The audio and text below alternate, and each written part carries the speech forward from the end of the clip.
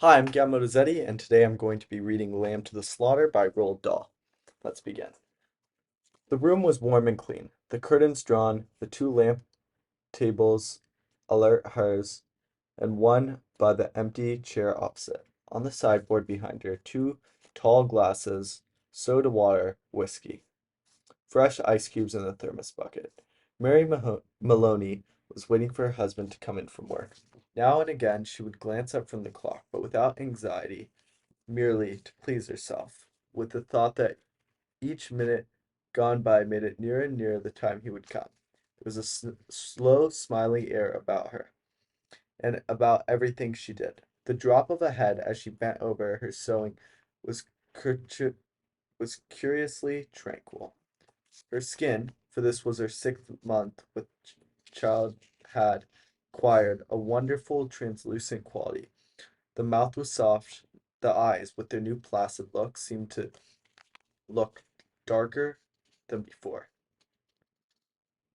When the clock said 10 minutes to 5, she began to listen, and a few minutes later, punctually as always, she heard the tires on the gravel outside, and the car door slamming, the footsteps passing the window, and the key turning in the lock. She said she laid aside her sewing, stood up, and went forward to kiss him as he came in.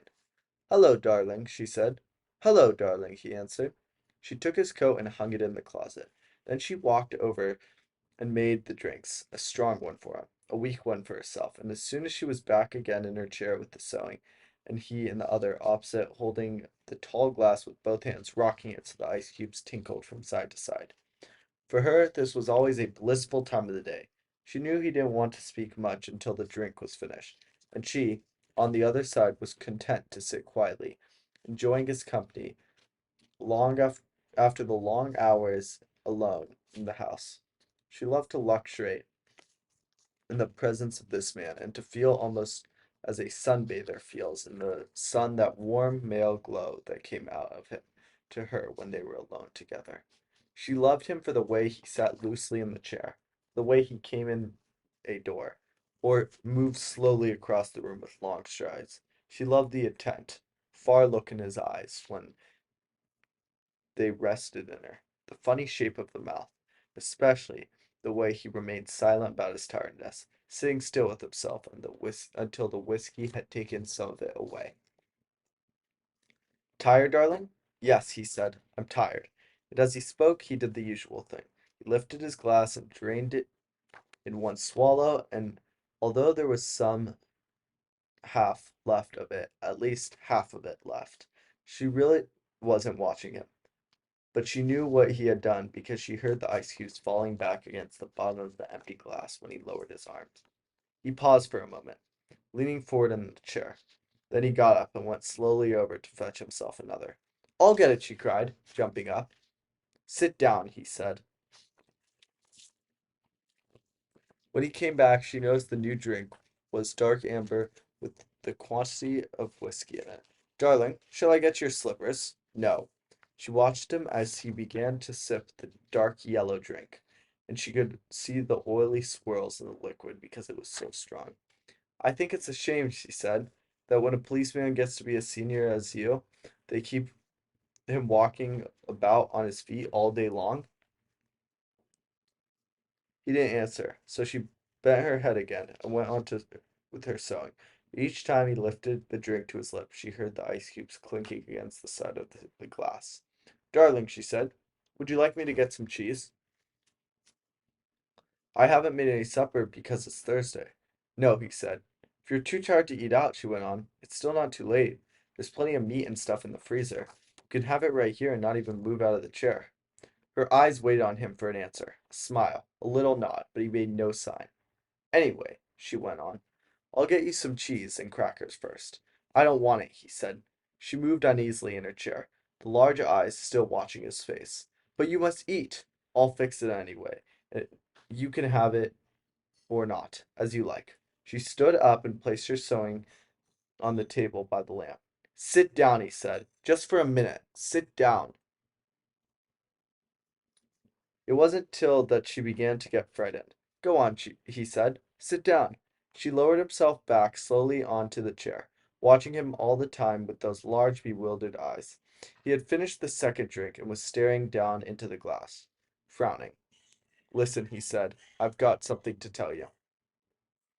What is it, darling? What's the matter? He had now become absolutely motionless, and he kept his head down so that the light from the lamp beside him fell across the upper part of his face, leaving the chin and his mouth in the shadow. She noticed that there was a little muscle moving near the corner of his left eye.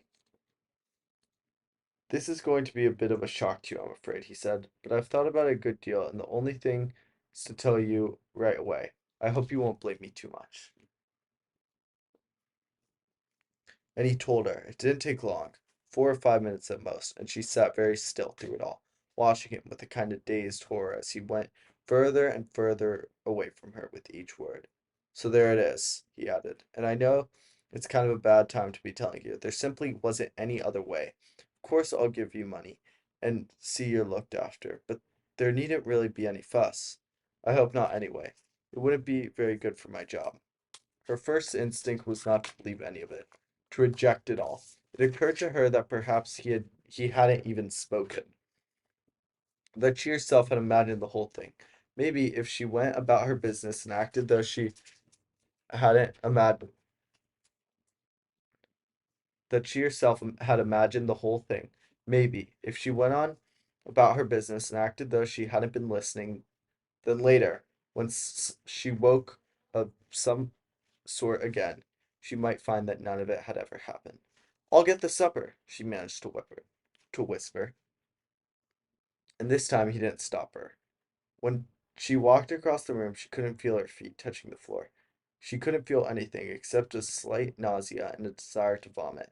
Everything was automatic now, down to the steps to the cellar, the light switch, the deep freeze, the hand inside the cabinet taking hold of the first object it met. She lifted it out and looked at it. It was wrapped in paper, so she took off the paper and looked at it again. A leg of lamb. All right, then. They would have lamb for supper. She carried upstairs, holding the thin bone end with it with her both of her hands. She went through the living room, and she saw him standing over by the window with his back to her. And she stopped. For God's sake, he said, hearing her, but not turning around. Don't make supper for me. I'm going out. At that point, Mary Maloney simply walked up behind him, and without any pause, she swung the big frozen leg of lamb high in the air and brought it down as hard as she could on the back of his head. She might as well just have hit him with a steel club. She stepped back a pace, waiting. The funny thing that was he remained standing for at least 4 or 5 seconds, gently swaying. Then he crashed to the carpet. The violence of the crash, the noise, the small table overturning helped bring her out of the shock. She came out, slowly, feeling cold and surprised. She stood for the while blinking at the body, still holding the ridiculous piece of meat with both of her hands tightly. All right, she told herself. So I've killed him. It was extraordinary now, how clear her mind became all of a sudden. She began thinking very fast. As the wife of a detective, she knew quite well what the penalty would be. That was fine. It made no difference to her. In fact, it would be a relief. On the other hand, what about the child? What laws about murders with unborn children? Did they kill both the mother and the child, or did they wait until the 10th month? What did they do? Mary Maloney didn't know, and she certainly wasn't prepared to take a chance. She carried the meat into the kitchen, placed it in a pan, turned the oven on high, and shoved it inside. Then she washed her hands and ran upstairs to the bedroom. She sat down before the mirror, tidied her hair, touched up her lips and face. She tried to smile. It came out rather peculiar. She tried again. Hello, Sam, she said brightly aloud. The voice sounded peculiar, too. I want some potatoes, please, Sam. Yes, and I think a can of peas. That was better. Both the smile and the voice were coming out better now. She rehearsed it several times more. Then she ran downstairs, took her coat, and went out to the back door, down the garden, and into the street. It wasn't 6 o'clock yet, and the lights were still on in the grocery shop. Hello, Sam, she said brightly, smiling at the man behind the counter. Why, good evening, Miss Maloney. How are you? I want some potatoes, please, Sam. Yes, and I think a can of peas. The man turned and reached up behind him on the shelf for peas. Patrick's decided he's tired and doesn't want to eat out tonight, she told him. We usually go out on Thursdays, but he's caught me without any vegetables in the house. And how about meat, Miss Maloney? No, I've got meat. Thanks. I've got a nice leg of lamb in the freezer. Oh, I don't know much about cooking it frozen, Sam, but I'm taking a chance on it this time. You think it'll be all right? Personally, the grocer said, I don't think it makes a difference. You want Idaho potatoes? Ah, yes, that'll be fine. Two of those. Anything else? The grocer cocked his head on one side, looking at her pleasantly. How about afterwards? What are you going to give him afterwards? Well, what would you suggest, Sam? The man glanced around his shop. How about a nice big slice of cheesecake? I know he likes that. Perfect, she said. He loves it. And when it was all wrapped up and she had paid, she put on her brightest smile and said, Thank you, Sam. Good night. Good night, Miss Maloney, and thank you. And now, she told herself as she hurried back, all she was doing now. She was returning home to her husband, and he was waiting for his supper. She must cook it good and make it as tasty as possible, because the poor man was tired. And if, when she entered the house, she happened to find any unusual or tragic or terrible, then naturally it'd be a shock, and she'd become frantic with grief and horror. Mind you, she wasn't expecting to find anything. She was just going home with vegetables. Miss Patrick Maloney going home with the vegetables on Thursday evening to cook supper for her husband. That's the way, she told herself. Do everything right and natural. Keep things absolutely natural, and there'll be no need for any acting at all. Therefore, when she entered the kitchen by the back door, she was humming a little tune to herself and smiling. Patrick, she called. How are you, darling? She put her parcel down on the table and went through into the living room when she saw him lying there on the floor, with his legs doubled up and one arm twisted back underneath his body. It was really rather a shock. All the old love and lodging for him welled up inside of her, and she ran over to him, knelt down beside him, and began to cry her heart out. It was easy. No acting was necessary. A few minutes later, she got up and went to the phone. She knew the number of the police station. When the man at the other end answered, she cried to him, Quick! Come quick! Patrick's dead. Who's speaking? Miss Maloney. Miss Patrick Maloney. So you mean Patrick Maloney's dead? I think so, she sobbed. He's lying on the floor, and I think he's dead. Be right over, the man said. The car came very quickly, and when she opened the front door, two policemen walked in. She knew both of the, she knew nearly all the men at the precinct, and she fell right into the chair and then went over to join the other one, who was called O'Malley, kneeling by the body. Is he dead? She cried. I'm afraid he is. What happened? Briefly, she told her story about going out to the grocer and coming back to find him on the floor. While she was talking, crying and talking, Noonan discovered a small patch of congealed blood on the dead man's head. He showed it to O'Malley, who got up once and hurried to the phone. Soon the other man began to come into the house. First a doctor, and then two detectives, one of whom she knew by name. Later, a police photographer arrived and took pictures, and a man who knew about fingerprints. There was a great deal of whispering and muttering beside the corpse. And the detectives kept asking her a lot of questions, but they always treated her kindly. She told the story again, and this time right from the beginning when Patrick came in. She was sewing, and he was tired. So tired that he wanted to go out for supper. She told him how she'd put the meat in the oven. It's there now, cooking, and she'd stepped out to the grocer for vegetables, and when he came back to find him lying dead on the floor. Which grocer? One of the detectives asked. She told him, and he turned and whispered something to the other detective, who immediately went outside on the streets. In 15 minutes, he was back with a page full of notes, and, and there was more whispering. And through sobbing, she heard a few whispered phrases. Acted quite normal, very cheerful. She wanted to give him a good supper, peas, cheesecake. Possible that she.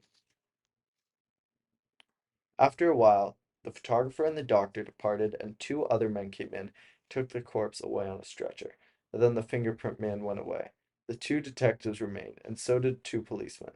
They were exceptionally nice to her, and Jack Noonan asked if she wouldn't rather go somewhere else, to her sister's house perhaps, or to his own wife, who would take care of her and put her up for the night. No, she said. She didn't feel she could move even a yard at the moment. Would they mind awfully if she stayed just where she was until she felt better? She didn't feel too good at the moment. She really didn't. She really didn't. Then, hadn't she better lie down on the bed?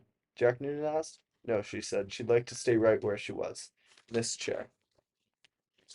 A little later, perhaps, when she felt better, she would move. So they left her there while they went about their business, searching the house. Occasionally, one of the detectives asked her another question. Sometimes Jack Noonan spoke at her gently as he passed by. Her husband, he told her, had been killed by a blow on the back of the head administered with a heavy blunt object, almost certainly a large piece of metal. They were looking for the weapon. The murderer may have taken it with him, but on the other hand, he may have thrown it away or hidden it somewhere on the premises. It's the old story, he said. Get the weapon and you've got the man. Later, one of the detectives came up and sat beside her. Did she know, he asked, of anything in the house that could have been used as a weapon? Would she mind having a look around to see if anything was missing? Very big spanner? Perhaps, for example, a medi a heavy metal vase? Would you do me a small favor, you and these others? We can try, Miss Maloney. Well, she said, here you all are, good friends of dear Patrick's too, and helping him catch the men who killed him. You must be terribly hungry by now, because it's long past your supper time, and I know Patrick would never forgive me. God bless his soul, if I allowed you to remain in this house without offering you decent hospitality. Why don't you eat up that lamb that's in the oven? Cooked. It'll be cooked just right by now. Wouldn't dream of it, Sergeant, Noonan asked. Please, she begged. Please eat it. Personally, I couldn't touch a thing. Certainly not what's been in the house when he was here. But it's all right for you. It'd be a favor to me if you'd eat it up. Then you can go on with your work again afterwards. There was a good deal of hesitating among the four policemen. They were clearly hungry, and in the end they were persuaded to go into the kitchen and help themselves. The woman stayed where she was, listening to them speak among themselves, their voices thick and sloppy because their mouths were full of meat.